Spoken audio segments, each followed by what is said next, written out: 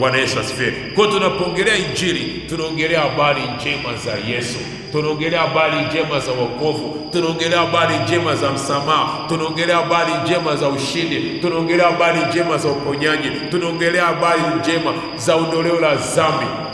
Na kuambia kuna watu wamefungwa, kuna watu wamefungwa. Kila akiinuka anaambiwa ni laana ya ukoo, kila akiinuka anaambiwa ni laana ya babu, kila akiinuka anaambiwa ni laana ya mjomba, kila akiinuka anaambiwa ni laana ya mtaa wako, kila akiinuka anaambiwa ni laana ya ofisi, kila akiinuka, yani kila akiinuka kuna jambo linainuliwa kwamba hujafanya hiki. Na kuambia hatupigani juu ya damu na nyama, hatupigani juu ya damu na nyama, maana maandiko yametuambia kwenye kitabu cha Efeso, vita vyetu si juu ya damu na nyama, tunapigana juu ya falme, juu ya majeshi ya pepo wabaya katika ulimwengu wa roho. Kwa hiyo hivyo vita vyetu si kwa sababu ya watu ambao tuko nao tunawaona kwa damu na nyama, si kwa ajili ya mjomba wako anayeaminishwa kwamba ni mchawi, si kwa sababu ya shangazi yako uliyeaminishwa kwamba ni mchawi eti kwamba ufanikiwe kwa sababu ya shangazi, kwa sababu ya mjomba, kwa sababu ya babu.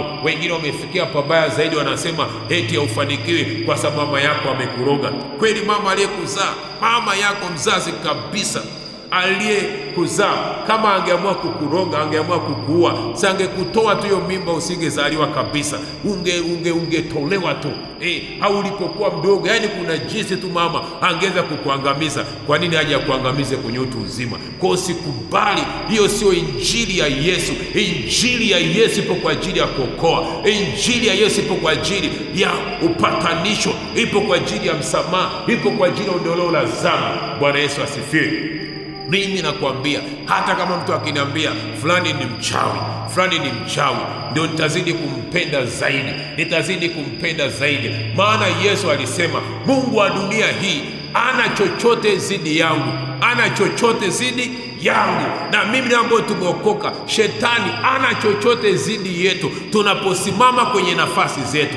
Elewa neno, tunaposimama kwenye nini? Kwenye nafasi zetu. Nisiposimama kwenye nafasi yangu, adui anapata nafasi ya kunishambulia mimi. Hakuna laana isiyokuwa na sababu ambayo inaweza ikakupata. Hakuna neno ambalo linatamkwa ambalo halina sababu likakupata. Sababu maana yake ni nini? Mahali umefungulia mlango, mahali umetenda dhambi, mahali umefungulia mlango. Tunapofungulia milango ya dhambi, tunapomwacha Yesu, tunafungulia mlango wa shetani. Tunapoacha kweli, tunafungulia mlango wa uongo. Tunapoacha uzima, tunafungulia uwanja, tunafungulia mlango wa mauti. Kwa hiyo funga hiyo milango yote, ili adui akose chochote ndani yako cha kukushtaki, cha kukuhubiria.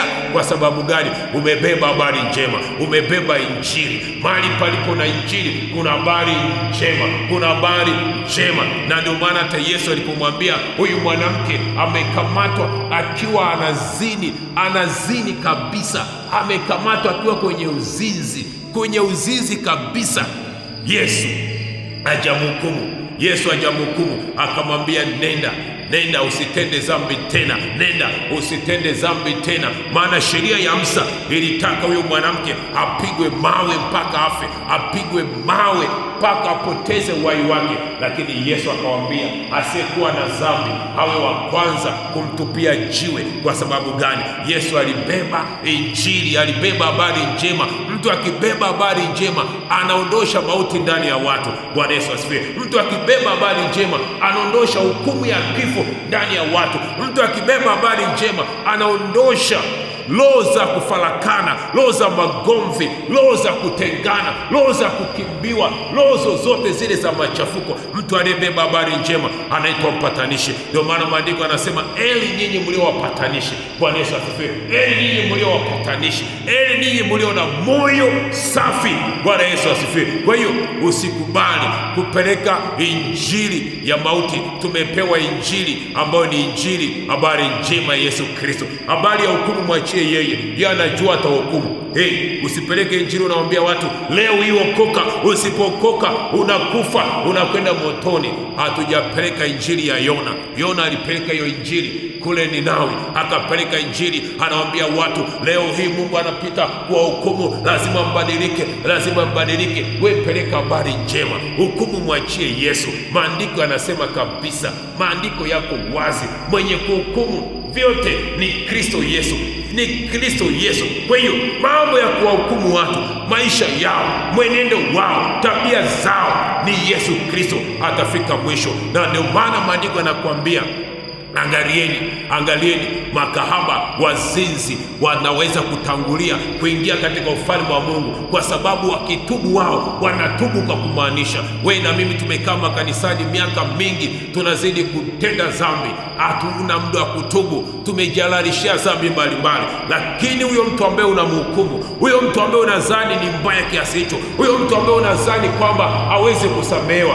na kwambia ana nafasi ya kusamehewa anapoipata habari njema, anapoisikia habari njema. Maana habari njema ipo kwa ajili ya kubadilisha, habari njema ipo kwa ajili ya kuokoa. Ndugu yangu, mama, baba, kijana, hebu peleka habari njema. Huko shuleni, peleka habari njema. Kwa jirani zako, peleka habari njema. Kwenye biashara yako, peleka habari njema.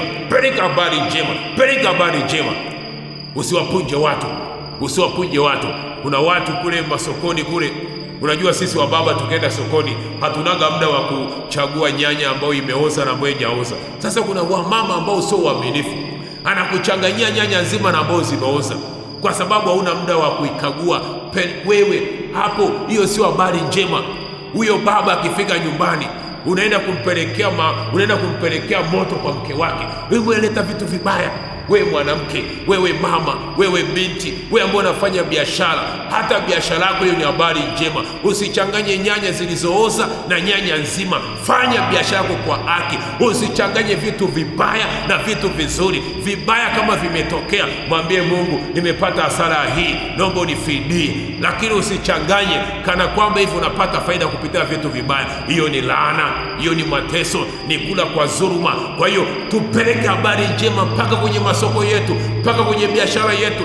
Unakuta madukani vitu vimesha expire, lakini umejikausha, unawauzia tu watu. Hapana, tupeleke habari njema. Bwana Yesu asifiwe, Bwana Yesu asifiwe. Kwa hiyo ni kila eneo la maisha yetu linahitaji habari njema. Ni kila kiumbe amesema mkahubiri injili kwa kila kiumbe.